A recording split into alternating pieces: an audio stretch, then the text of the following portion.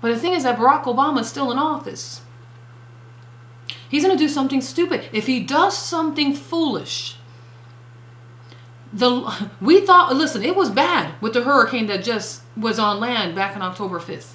And South Carolina was a mess. Listen, South Carolina got the grunt of it. It was bad for those precious South Carolinians.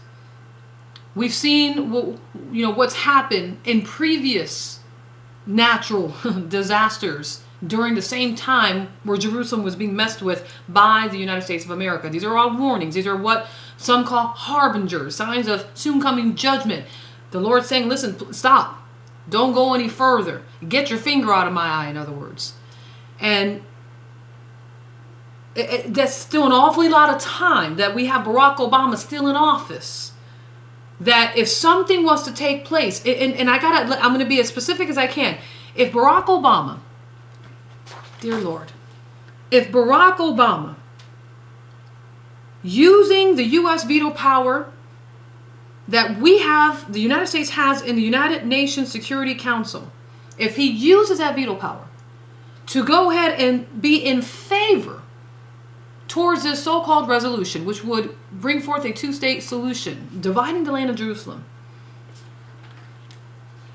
we may very well see not only destruction happening in the United States of America, not only swift judgment, that could be coming in the form of a war with Russia, that could be coming in the form of an EMP from North Korea, that could be coming in the form of some type of, I say judgment, I don't say it lightly though, some type of catastrophe. Listen, we're talking about Jerusalem. I'm not just saying, oh, it just, the Lord just wants to, mess with us. He just wants to just cause destruction for no reason. We're talking about Jerusalem, folks. This is for a reason. He's giving us warnings. He's telling us stop. To many, a hurricane is not a warning. That's destruction. But the Lord says, no, that's a warning. And if Barack Obama, listen, we don't know what's in the man's head. He's done some weird things. He's gone golfing when James Foley was beheaded and everybody saw it on national TV from ISIS. He's done the most craziest things in the most inopportune times and also taken advantage of scenarios and situations just to further his own agenda. But it's not really his agenda as much as it is the people that are leading him, because he's just really a puppet. Can I say that? So we don't know what's in the man's head. We don't know what's in the heads of the powers that be that control him. To where they say, listen,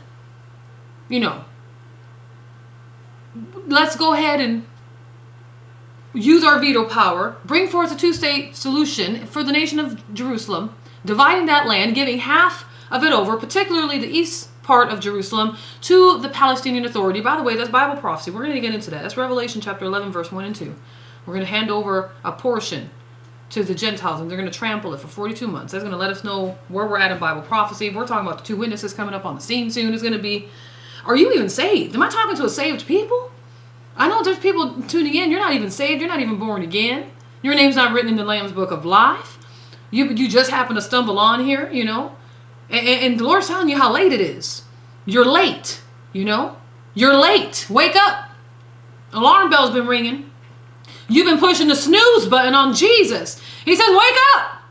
It's late. Everybody thinks everything's going to be great in less than 24 hours. Oh, hell could break loose in the next few weeks because of this United Nations Security Council and the veto power that the U.S. has. If President Barack Obama, on behalf of the United States government, goes ahead and uses the veto power to go ahead and divide the nation of Jerusalem, all hell could break loose here. Listen, it could be in the form of a financial collapse, I say God forbid, in the form of an EMP power grid going down, God forbid, in the form of a Russian attack, from the Kremlin, from Putin, God forbid, in the form of a EMP, in the form of some kind of crazy EMP nuke attack from, the leader of North Korea, Kim Jong-un, God forbid.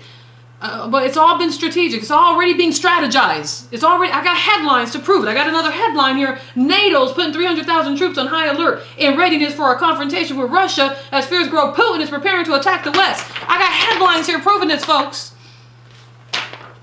Nobody's talking about it because they don't want their hopes and dreams to bust. You better take off those rose-colored glasses. Oh, dear. Just the fact that you put hope in man for tomorrow, we're in trouble. Oh, dear. Listen. Our hope's got to be in Jesus, by the way.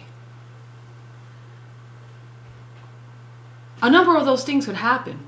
If the U.S., if President Barack Obama, I'm going to emphasize this because I'm in the U.S., but I'm not wanting any of this, okay? But if President Barack Obama, being the President of the United States, the one who has a veto power on behalf of the U.S. in the United Nations Security Council, goes ahead and presses forward in allowing the so-called resolution dividing the nation of Jerusalem, all hell could literally break loose here by January 20th. That's the very last.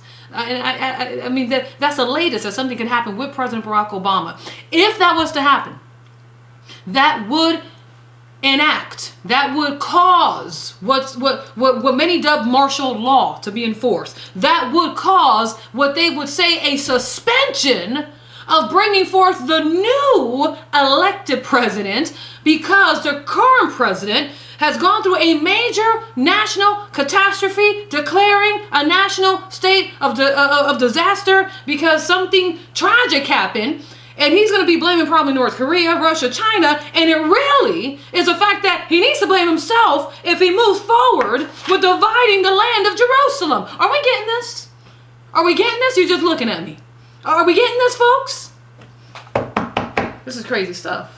To continue watching this broadcast, please show your support by visiting our website, www.openyoureyespeople.com, and help keep us on the air by placing a donation today. P.O. Box 9570, Rancho, Cucamonga, California 91701. Until next week, may you be richly blessed.